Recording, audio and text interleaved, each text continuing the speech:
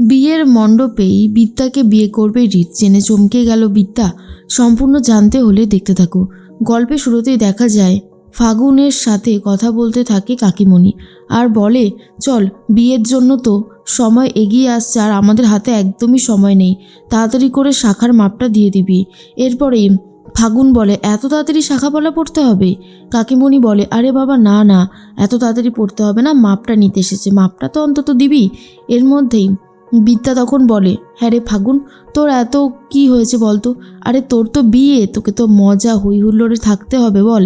তুই তো পরের বাড়ি চলে যাবি, নিজের মতন যে বাড়িতে আনন্দ করা যায় সব সময় তো সব জায়গায় সমান হয় না না। এর মধ্যেই ফাগুনকে নিয়ে চলে গেছে আর তখনই শাখার মাপ দিতে থাকে। এদিকে রিতদের বাড়ি থেকে আরও সব সোনার জিনিসপত্র এসেছে শুধুমাত্র ফাগুনের জন্য। অন্যদিকে দেখা যায় রিতের মা কথা বলতে থাকে আর বলে রাজদেব চ্যাটার্জিকে যে, শোনো না, আমাদের যারা আত্মীয় হতে চলেছে মানে ফাগুনের বাড়ির লোকজনদেরকে যদি আমরা একটু করে সোনা পাঠাই তত্ত্বে প্রণামীতে আর কি, তাহলে কেমন হয়? তখনই রাজদেব চ্যাটার্জি বলে, হ্যাঁ এটা তো খুব ভালো কথা, পাঠিয়ে দাও, আমার ছেলের বিয়ে হচ্ছে বলে কথা, আমি কোনোভাবে কৃপণতা করব না। এর মধ্যেই রূপ এসে পেপারটা জাস্ট রাজদেব চ্যাটার্জি টেবিলে ছুঁড়ে মারে আর বলে, এসব কি দাদা, আমি তো ভাবতেও পর্যন্ত পাচ্ছি না, কত টাকা ইনকাম হলে তুমি শান্ত হবে বলো তো? তখনই রাজদেব চ্যাটার্জি বলে, তুই আমার সাথে এরকমভাবে ব্যবহার করছিস কেন? কি হয়েছে? রূপ তখন বলে, কি হয়েছে সেটা না হয় নিজের চোখেই দেখে নাও, কি হয়েছে। এরপর রাজদেব চ্যাটার্জি পেপার খুলে দেখে সেখানে বড় বড় করে লেখা তার নামেই সমস্ত কিছু, আর সেখানে লেখা রয়েছে তিনি একজন স্টুডেন্টকে রীতিমতো মারতে চেয়েছিল আর সে এখন হসপিটালে মৃত্যুর সাথে পাঞ্জা লড়ছে। সমস্ত নিউজ দেখার পরেই রাজদেব চ্যাটার্জি বুঝতে পেরে যায় এসব কার চাল। তখনই রূপ বলে, দাদা তুমি অন্তত শান্ত হও, আর কত কত ইনকাম করবে, তোমার যে বদনাম হচ্ছে সেটা বুঝতে পারছো, তোমার কলেজের বদনাম হচ্ছে।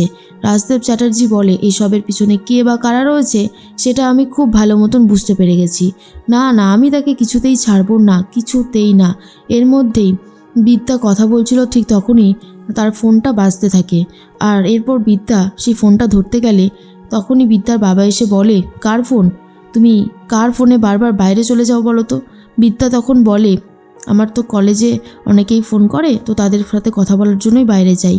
এরপরই রাজদেব চ্যাটার্জি বলে, তোমার সাহস দেখে আমি অবাক হয়ে যাচ্ছি প্রফেসর বিবি, বারবার করে বলেছিলাম উল্টো পাল্টা কাজ করতে নয়, সেই তুমি আমার নামে সংবাদ মাধ্যমকে জানিয়ে দিয়েছো, জানো আমি তোমার কি ক্ষতি করতে পারি? তখনই বিদ্যা বলে, আপনি আমার কোনো ক্ষতি করতে পারবেন না, আর যদি বেশি বাড়াবাড়ি করতে আসেন তাহলে আমি কি করতে পারি সেটাও তো আপনি জেনে গেছেন এতদিনে, তাই না? সেজন্যই বলছি বেশি বাড়াবাড়ি করবেন না, অন্যায় করেছেন আপনি সেটা স্বীকার করতে শিখুন, না হলে কিন্তু খুব খারাপ হয়ে যাবে। এরপরেই ত্রিধা বলে, কে ফোন করেছে, কার সাথে তুমি এইভাবে কথা বলছো? রাজদেব চ্যাটার্জি বিদ্যাকে বলে, সামনে আমার ছেলের বিয়ে, আর সেই বিয়েতে যদি কোনো রকমের কোনো বাধা সৃষ্টি করেন আপনি প্রফেসর বিবি, তাহলে কিন্তু আমি আপনাকে ছেড়ে কথা বলবো না। এরপর প্রফেসর বিবি বলে, কলেজটাকে তো একেবারে জাতা বানিয়ে ছেড়েছেন, আবার বড় বড় কথা বলছেন, আপনার মুখে বড় বড় কথা না মানায় না।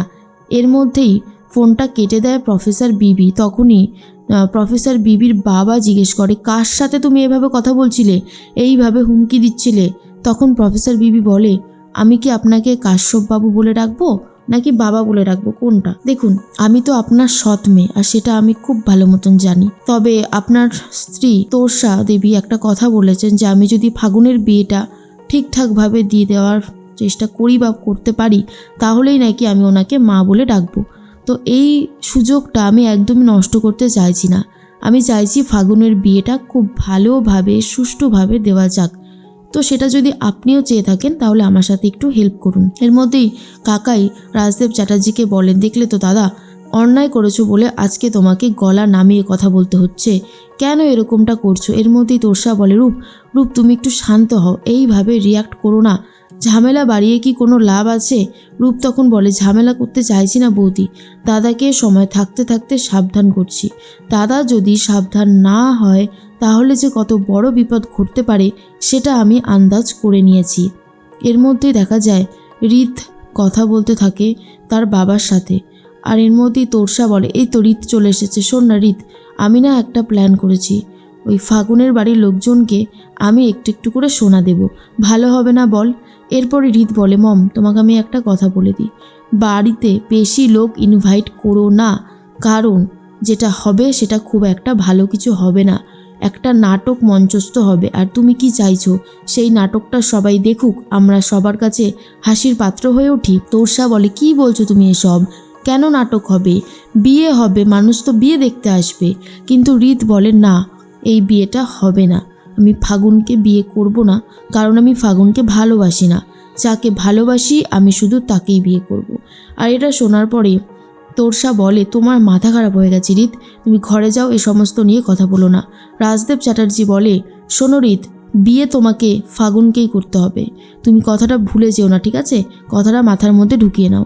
এর মধ্যেই তোরসা দেবী ফোন করেছে, তোরসার সাথে কথা বলতে থাকে ফোনে ত্রিধা, আর বলে, শুনুন না, আপনার সাথে একটা কথা আছে।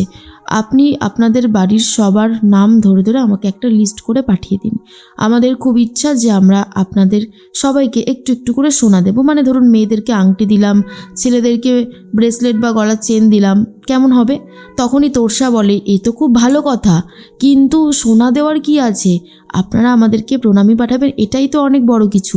কিন্তু ত্রিধা বলে, না না, রাজদেব চ্যাটার্জিকে তো আপনারা চেনেনি, তার ছেলের বিয়ে হচ্ছে বলে কথা, এইটুকু যদি একটু না হয় তাহলে কেমন করে হলো? এর মধ্যেই তো ত্রিধার কথা শুনে তোরসা দেবী বলে, লিস্ট তো আপনার কাছে আছেই, ঠিক আছে, আমি না হয় আরেকবার পাঠিয়ে দেবো। এরপর কাকিমণি তোরসাকে বলে, দিদিভাই তুমি বলো প্রফেসর বিবির কথা, মানে ওর কথা বলো, ওর লিস্টটা তো পাঠানো হয়নি। তখনই তোরসা বলে, শুনুন না, একজনের নাম এখনও বাকি আছে। তখন ত্রিধা জিজ্ঞেস করে, কার নাম বাকি আছে বলুন তো? এরপর নাম কি বলবে, সম্পর্ক কি বলবে, সেটাই বুঝে উঠতে পারছিল না তোরসা।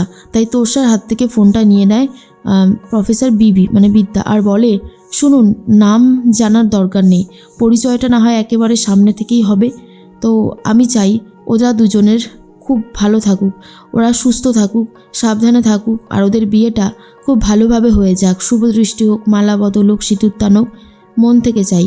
এরপরেই ত্রিধা বিদ্যার কথা শুনে জানতে চায় কি পরিচয়, কিন্তু বিদ্যা তার পরিচয় দিতে চায় না, আর বলে, তুমি পরিচয় সামনে থেকেই জানতে পারবে, এই বলেই ফোনটা কেটে দেয়। এর মধ্যেই প্রফেসর বিবিকে কাকিমণি জিজ্ঞেস করে, আচ্ছা বিদ্যা, তোমার জীবনে কি কেউ আছে? তখন প্রফেসর বিদ্যা ঠিকঠাকই উত্তর দেয়, আর বলে, একজন আছে যে আমাকে পাগলের মতন ভালোবাসে। অন্যদিকে দেখা যায় শ্রাবণ চলে গেছে হসপিটালে রায়াকে থ্রেট করতে, ডাক্তারকে থ্রেট করতে। ঠিক তখনই উপস্থিত হয়েছে বিদ্যা, কারণ রায়া সেই সময় ফোন করেছিল বিদ্যাকে, আর ফোনে সব কিছু শুনতে পেয়ে গেছে বিদ্যা, শ্রাবণের কথা, শ্রাবণের থ্রেট। তাই প্রফেসর বিদ্যা ডিরেক্ট হসপিটালে এসে শ্রাবণকে জব্দ করতে থাকে।